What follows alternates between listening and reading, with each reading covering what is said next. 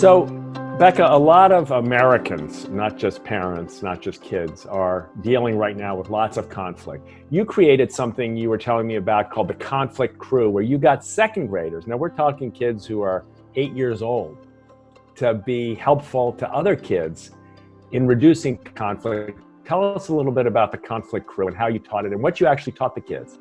Sure. So what I did was I picked out 3 students in my second grade class who had good leadership qualities, great communication skills. And I told them, I have this idea of a group that can work together with other students in our class to help solve conflict with each other. And they really were so into it and so about it. We started discussing what types of questions they would need to ask if they were with 2 students that were having a conflict with each other. So they came up with 3 questions that they would ask. But the first question was, what happened? They really wanted to know, what happened in the situation with the conflict so that we can hear both sides of the story. The second question was, how did that make you feel?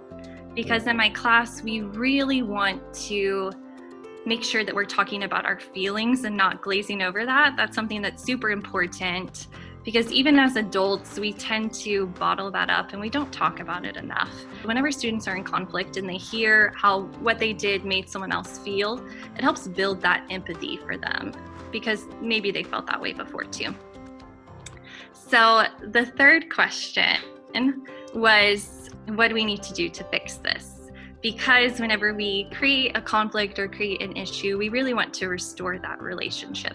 And so it kind of built as the year went on. Maybe a student had a conflict in my room or whenever they were in art class or PE.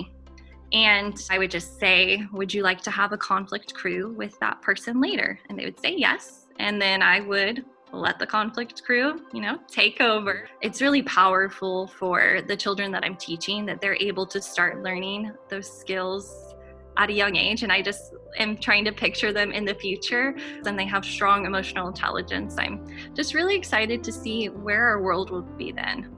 You've not only focused kids on how to learn the skills to resolve conflict, but you've created a culture where you feel seen and valued, where your names are known, where your personal stories are understood, and even in a virtual world where you can feel connected to one another. If I just think of that recipe, feeling valued, feeling known, seen, understood, and when conflict arises, being able to trust that there's a great second grader who's going to help me through it, I think the country would be a lot better off. Just to say to viewers, to listeners, there are ways to learn these skills. Becca's teaching them to second graders. We can all learn them. And maybe it's time we tried.